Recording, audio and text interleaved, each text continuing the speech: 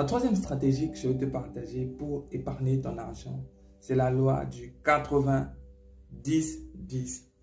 Ce que vous devez faire, vous devez mettre 10% de votre argent pour épargne, 10% de votre argent comme investissement et 80% vous pouvez faire tout ce que vous voulez avec. Sortir, faire la fête, comme vous voulez. Vous avez 80% pour faire cela.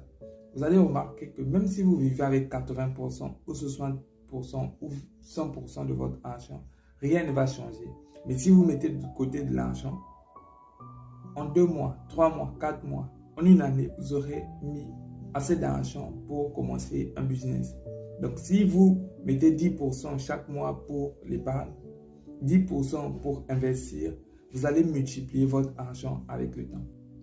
Et la dernière stratégie que je te présente pour épargner ton argent, toi qui n'arrives pas à épargner 10%, 20% ou 30% de ton argent, je vais te demander à épargner 1% de ton argent pendant 3 mois. Après les 3 mois, tu passes à 3%.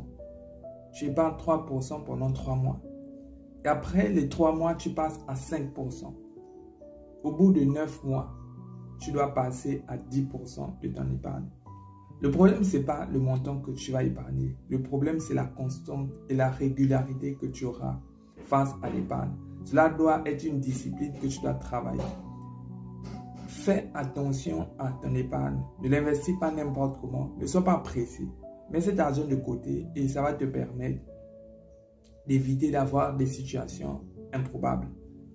Je te dirai dans une prochaine vidéo ce que tu dois faire avec ton épargne et quels sont les types d'épargne que tu dois avoir pour être stable financièrement.